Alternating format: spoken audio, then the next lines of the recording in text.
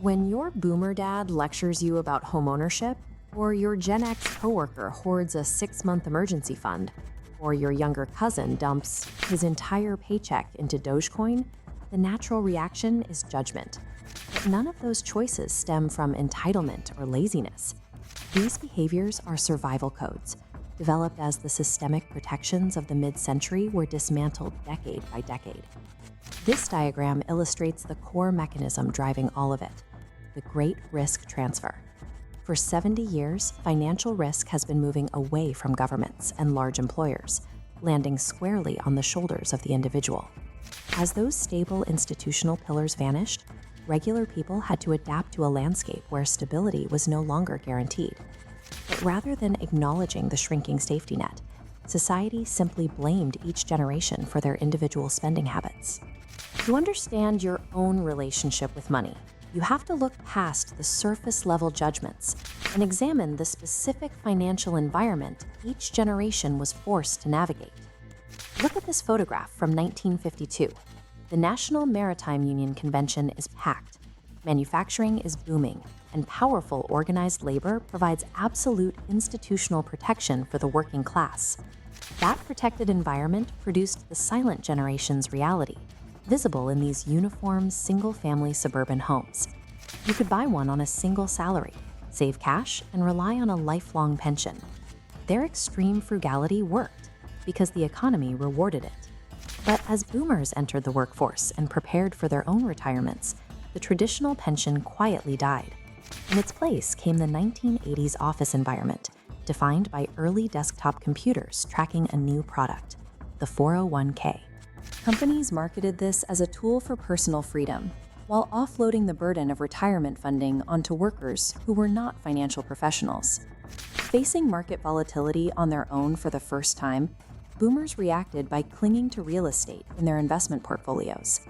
They built their entire identities around work, because work was their only remaining safety net. That stubbornness regarding housing and careers is a desperate grip on the only life rafts they were given when the post-war system began to sink. Gen X grew up watching those institutional promises break. You can see the shift clearly in this image, a close sign chained to the fence of a massive GM facility. 20 years of company loyalty evaporated during the corporate restructuring of the 80s and 90s. By the time Gen X built their own careers, the floor dropped again. This trading floor ticker captures the dot-com crash, showing massive losses for the NASDAQ and Yahoo. A few years later, 2008 hit, right as they should have been entering their peak earning years. They adapted by developing defensive pessimism. Gen X built massive emergency funds, and they cultivated a deep distrust of corporate security because they learned the formula could change without any warning. Then, the system handed millennials a brutal trap. They were instructed to take on inescapable student loan debt under the premise that it was a mandatory investment in their own future. They graduated into a job market built around disposable labor, while housing costs exploded. The traditional markers of adulthood vanished, replaced by scenes like this: a price-reduced foreclosure sign standing where the affordable American dream used to be. If a house and a secure retirement are mathematically out of reach, then putting your money toward travel and short-term experiences is the logical response while watching a future simply evaporate. The infamous millennial latte economics isn't a character flaw. It is the result of choosing to feel alive today, when long-term promises have repeatedly failed. Gen Z inherited all of this wreckage. They watched their parents navigate the 2008 crash, and then came of age walking down completely empty city streets like this during a global lockdown. As the global economy finally reopened, runaway inflation took over. Gas prices like these, hitting nearly $8 a gallon, destroyed their purchasing power before they could start building a baseline of wealth.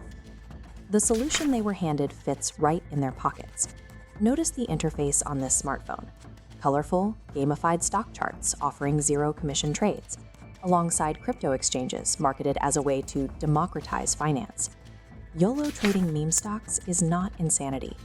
If the safe path is visibly rigged against you, swinging for the fences in a digital casino becomes the only play that makes sense. Zoom out across the timeline, and you see the same psychological scars linking every generation: severe loss aversion, a scarcity mindset, and the exhaustion of learned helplessness.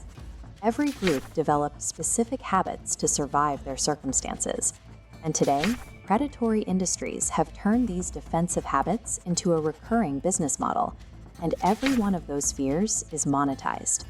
Fear sells gold and annuities. Desperation sells payday loans and buy now, pay later schemes. Hope sells crypto scams and trading courses. Your financial habits are someone else's revenue stream. To actually change them, you have to shed the generational shame and stop blaming yourself for the conditions you inherited. You adapted to the world as you found it. If you want to continue decoding the hidden systems controlling your wealth, hit the subscribe button and let's break down the rules together.